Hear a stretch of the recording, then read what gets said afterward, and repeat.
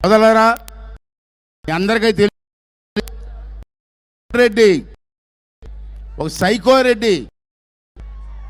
నేను మొదటి నుంచి అంటాను, చెత్త మీద పన్నేసి నా కొడక, చెత్త నా కొడక అని. అది తప్ప అండి. నేను 40 సంవత్సరాల నుంచి రాజకీయాలు చూస్తున్నా. ఎంతోమంది ముఖ్యమంత్రి పనిచేసాం. ఎన్టీ రామారావు గారి దగ్గర నుంచి. చెత్త మీద పొన్నేసిన ముఖ్యమంత్రి నేను ఇప్పుడు చూడలేదు. ఈ చెత్త నా కొడుకు ఒకటే చెత్త మీద పొదిలేశారు. నేను చెత్త మీద పొన్నేసి చెత్త నా కొడుకు అంటే నా మీద కేసు పెట్టాడండి. మాట్లాడడానికి వీల్లేదా? నువ్వు చేసినటువంటి పనికిమాలిన పనులకు మాట్లాడకూడదా? మొన్న చూశారు మీరు, వై నాట్ 175 అంటాడు. ఎలాగొస్తారా నీకు 175? ఎవరేస్తారా ఓట్లు నీకు? ఎందుకు వెయ్యాలా అడుగుతాను నేను. ఎందుకు వెయ్యాలా నీకు ఓటు? ఆ రోజు పాదయాత్రలో అనేకటువంటి అబద్ధాలు చెప్పి ప్రజలను మోసం చేసి, ముద్దులు పెట్టి ఆడవాళ్ళని మోసం చేసి ఓట్లు వేయించుకొని నువ్వు ఇచ్చిన హామీలు ఏమన్నా నెరవేర్చారా ఒకసారి మీరు అందరూ కూడా అర్థం చేసుకోవాల్సిన అవసరం ఉందని చెప్పి మనం చేస్తాను. సోదరులారా, ఒకసారి మనం గుర్తు చేసుకోవాలి. ఆ రోజు ఏమన్నాడండి? ఎంపీలు గెలిపించి నాకు ఇవ్వండి, కేంద్రం మెడల వంచి స్పెషల్ స్టేటస్ తీసుకొస్తా అన్నాడు. మీరందరూ నమ్మారు. స్పెషల్ స్టేటస్ వస్తే రాష్ట్రం బాగుపడుతుందని అనుకున్నాం అందరం. నువ్వు 19 సార్లు ఢిల్లీ వెళ్ళావు. ఏం పీకేవని అడుగుతున్నాను నేను. ప్రధానమంత్రి గారి 19 సార్లు కలిసావు. లోపలికి వెళ్తాడు, తలుపులు వేసుకుంటారు, ఇద్దరు మాట్లాడేసుకుంటారు. బయటకు వస్తాడు, ఏం చెప్పడం. ప్రెస్ వాళ్ళకి కూడా ఏం చెప్పడం. ఒక్కొక్క వెళ్ళినప్పుడల్లా 20 నిమిషాలు లోపల మాట్లాడుకుంటున్నారు. మరి కాలు పిసికేస్తున్నాడో ఏం పిసికేస్తున్నాడో తెలియదు, కానీ మరి ఏం చేస్తాడో ఎవరికి అర్థం కాని పరిస్థితి ఉంది. మరి స్పెషల్ స్టేటస్ తేలేనందుకు నీకు ఎందుకు ఓటేయాలి జగన్ రెడ్డి? ఒకసారి మీరందరూ కూడా అర్థం చేసుకోవాల్సినటువంటి అవసరం కూడా ఉందని చెప్పి ఈ సందర్భంలో మనం చేస్తాను. సోదరులారా, రైల్వే జోన్, విశాఖపట్నానికి రైల్వే జోన్ తెస్తాను, నన్ను గెలిపించమన్నాడు. ఇవాళ రైల్వే జోన్ ఉందా? తమిళ్లో అడగండి. మరి రైల్వే తేలేని నువ్వు ఓటేయాలని అడుగుతాను నేను. ఒకసారి అర్థం చేసుకోమని చెప్పి మీ అందరికీ మనవి చేస్తున్నాను. సోదరులారా, భారతదేశంలో రాజధాని లేని రాష్ట్రం మన ఆంధ్ర రాష్ట్రం.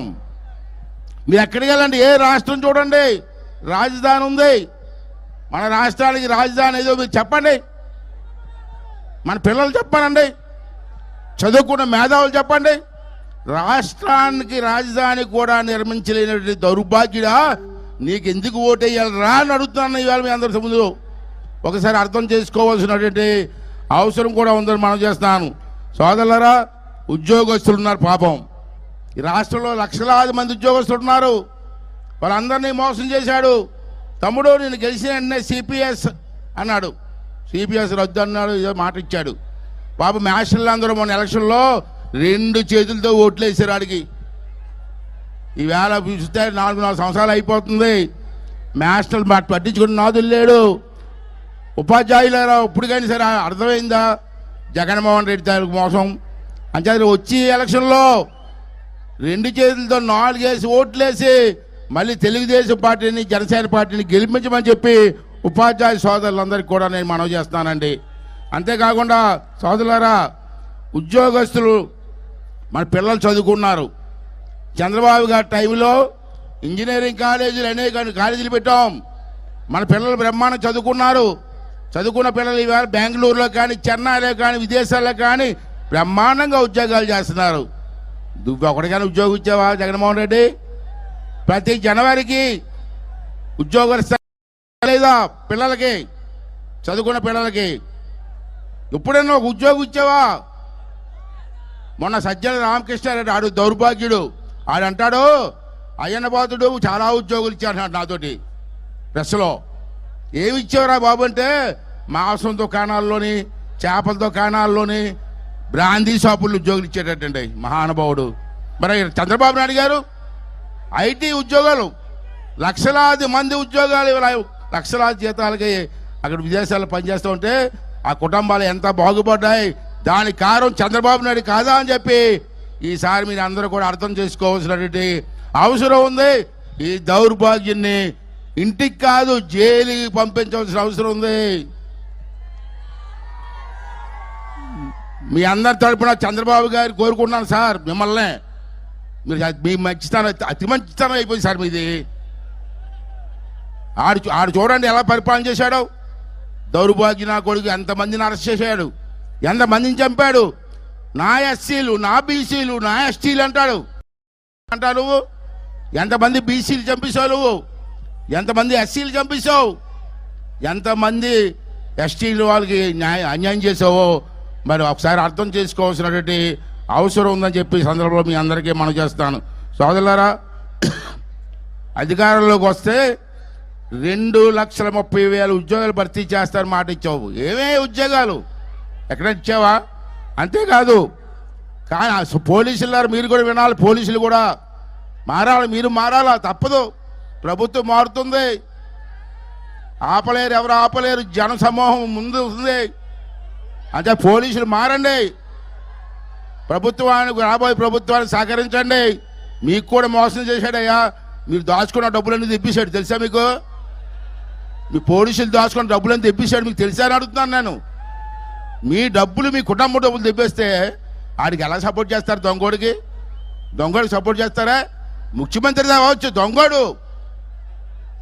సోదరులారా, ఒక మాట చెప్తాను. ఈవేళ నేను మొన్న వెస్ట్ గోదావరిలో ఇలాగ మీటింగ్లు అన్నాను. జగన్మోహన్ రెడ్డి 420 నా కొడుకు అన్నాను. అంటే నాకు కౌంటర్ ఇచ్చారు, ముఖ్యమంత్రిని నువ్వు వాడవరా 420 అంటావని. నేను అనలేదు చెప్తాను. ఈ సభలో 2 సార్లు చెప్తాను. మీ అందరి దగ్గర ఫోన్లు ఉన్నాయా? సెల్ ఫోన్ తీయండి, బయట తీయండి ఒకసారి తీసి ఓపెన్ చేయండి, గూగుల్ కొట్టండి, 420 సీఎం అని కొట్టండి. ఏమొచ్చింది చూడండి, ఏమొచ్చింది చూడండి. అంచేది ఎన్నిదండి అజన్న పాత్రుడు 420 అనలేదు, గూగుల్ చెప్తుంది. గూగుల్ అజన్న పాత్రుడు అబద్ధం ఆడినా గూగుల్ అబద్ధం ఆడదండి. ఫోన్లో 420 అంటే జగన్మోహన్ రెడ్డి అని వస్తుంది. ఇవన్నీ కూడా మీకు అర్థం చేసుకోవాల్సిన అవసరం ఉంది. అటువంటి 420 నా కూడా సీఎం మనకి, మన తెలుగు వాళ్ళంతా ఎంత అవమానమో ఒకసారి అర్థం చేసుకోవాల్సిన అవసరం ఉంది. సార్ 2 విషయాలు సార్. నేను ఏమంటానంటే ఇక్కడ చాలా మోసం జరిగింది సార్. ఏంటో మోసం అంటే మీకు తెలుసు, 30 లక్షల ఇల్లు కట్టారని చెప్తాడు సార్. లేదు సార్, అన్ని లేవు. ఒకసారి రికార్డు చూపించమనండి. 30 లక్షల ఇల్లు కాదు, 20 లక్షల ఇల్లు శాంక్షన్ చేశాడు. ఆ పునాదులు కూడా కట్టలేదు. ఒక్కొక్క ఇంటికి 1,80,000 రూపాయలు ఇస్తున్నాడు. ఆడు కాదు బాబు, ఆ 1,50,000 రూపాయలు కేంద్ర ప్రభుత్వం ఇస్తుంది. మిగతా 30 రూపాయలు కూడా ఉపాధి హామీ పథకం కూలీలు డబ్బులు తీసుకొస్తున్నాడు. మొత్తం డబ్బు అంతా కేంద్ర ప్రభుత్వం ఇస్తూ ఉంటే మోదీ గారి కొడుకు పుడితే నా కొడుకు అని చెప్తున్నాడు దౌర్భాగ్యుడు. ఎంత సిగ్గండి సార్. రెండోది సార్, మీరు ఒకటి ఆలోచించాలి సార్. మన ప్రభుత్వం వచ్చిన సార్ మీరు తీసుకోవాల్సినవి. విశాఖపట్నంలో 123 ఎకరాల భూమి తాకట్టు పెట్టారు సార్ 25,000 కోట్లకి.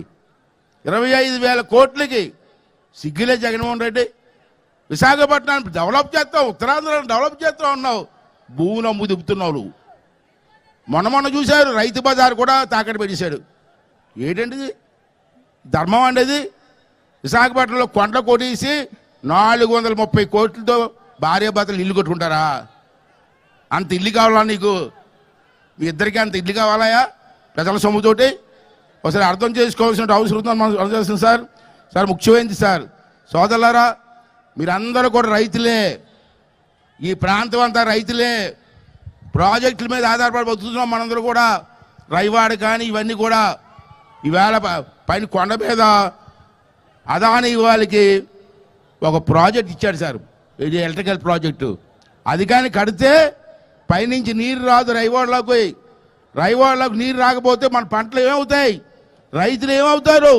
దానికోసం మీరంతా తిప్పి కొట్టవలసినటువంటి అవసరం ఉంది. రెండోది సార్, మా తాతగారు మనందరికీ కూడా నాన్నగారు తాతగారు భూమి ఇచ్చారు. అది పాస్ పుస్తకం ఉంటుంది. ఆ భూమి మందయ్య, మా తాతగారు ఇచ్చారు, మా నాన్నగారు ఇచ్చారు. ఆ పాస్ పుస్తకం ఉందట, వీడి బొమ్మట. మన పాస్ పుస్తకం మీద ఆడి బొమ్మ ఏంటండి? మన పాస్ పుస్తకం ఆడి బొమ్మ ఏంటి సార్? సార్ మీరు ఆలోచించాలి సార్. మా పాస్ పుస్తకం మా తాతగారు ఇచ్చిన భూమి, ఈడి బొమ్మ వేయడానికి ఈ అనుకోండి దెయ్యం పిల్లలాగా. ఆడి బొమ్మ ఉండాలా దాని మీద? సోదరులారా, రెండే విషయాలు సార్ మాట్లాడాలి. జెండా కూడా ఉంది, మీ అందరికి ఇబ్బంది. అమ్మా, ముందుగా ముఖ్యంగా ఆడవాళ్ళకి, నేను వస్తే బ్రాందీ షాపులు ఉండవు అని చెప్పాడమ్మా. ఆడవాళ్ళు చెప్పండి, చెయ్యొద్దండి. తీసాడమ్మా. తీయకపోగా బ్రాందీ షాపులు అప్పు తెచ్చాడు. తెలుసా? బ్రాందీ షాపులు అప్పు తెచ్చాడో తెలుసా? 8,000 కోట్లు, 8,300 కోట్లు అప్పు తెచ్చాడు బ్రాందీ షాపుల మీద. వడ్డీ ఎంత? 9.62%. ఎన్ని సంవత్సరాలకి? 25 సంవత్సరాలు. వీడు 3 నెలల్లో జైలుకి పోతాడు. 25 సంవత్సరాలు అప్పు తెస్తాడా? మరి రేపు చంద్రబాబు గారు గెలిచిన తర్వాత, జనసేన గెలిచిన తర్వాత అప్పు తిరుగుతుందా? వీళ్ళు తీర్చాలా? ఏంటండి అన్యాయం? ఏంటండి బ్రాందీ షాపుల మీద అప్పు ఏంటండి? ఒకసారి అర్థం చేసుకోవాల్సిన అవసరం ఉంది సార్. రెండోది ఏంటంటే, మీ పొలాల చుట్టూ రాళ్ళు వేస్తారండి, సర్వే రాళ్ళు ఉంటాయి కదా, సర్వే రాళ్ళు చుట్టూను ఉన్నాయా? దాని మీద కూడా ఇటు బొమ్మ, దిక్కుమాల బొమ్మ. ఆ సర్వే రాళ్ళ మీద కూడా ఇటు బొమ్మట. పెద్ద అందగాడు మరి, ఇటు బొమ్మ ఉండాలా? అంటే ఇవన్నీ కూడా ఆలోచన చేయండి. ఈ రాష్ట్రాన్ని సర్వనాశనం చేశాడు, అప్పులు పాలు చేశాడు. సంవత్సరానికి 80,000 కోట్లు అప్పు వడ్డీ కట్టే పరిస్థితి తీసుకొచ్చాడు. రేపు చంద్రబాబు నాయుడు గెలిచిన తర్వాత ఎన్ని ఇబ్బందులు పడి అప్పు తీర్చాలో ఒక్కసారి మీరు అందరూ కూడా అర్థం చేసుకోవాలా. ఇటువంటి దుర్మార్గుడికి రాజకీయ సమాధి కట్టాలని చెప్పి ఈ సందర్భంలో మీ అందరికీ మనం చేస్తాను. సోదరులారా, టైం కూడా లేదు. నేను మంచో చెడ్డది కదని మీ అందరికీ నాతో పరిచయం ఉంది. 40 సంవత్సరాలు బట్టి 40 సంవత్సరాలు బట్టి మీ సేవ చేసుకుంటున్నాం. ఒక వేదికన్న తెలుగుదేశం అందరూ కూడా మిమ్మల్ని ఒక విషయం అడగాల. అడగమంటారా? సార్ కూడా ఉన్నారు కాబట్టి, పెద్ద ఉన్నారు కాబట్టి అడుగుతున్నాను.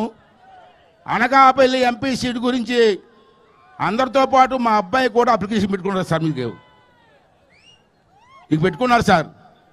సార్ దగ్గర అప్లికేషన్ ఉంది, దాన్ని పరిశీలిస్తున్నారు. పరిశీలనలో అమ్మవారి దయ వల్ల, మన మాడుగుల అమ్మవారి దయ వల్ల కానీ సీట్ వస్తే నన్ను ఎలాగ ఆదరించారో మా అబ్బాయిని కూడా మీరు అందరూ కూడా ఆదరించమని చెప్పి ఈ సందర్భంలో మీ అందరినీ కోరుకుంటూ మీద సెలవు తీసుకుంటున్నాను. థ్యాంక్ యూ వెరీ మచ్ అండి. థ్యాంక్ యూ అండి.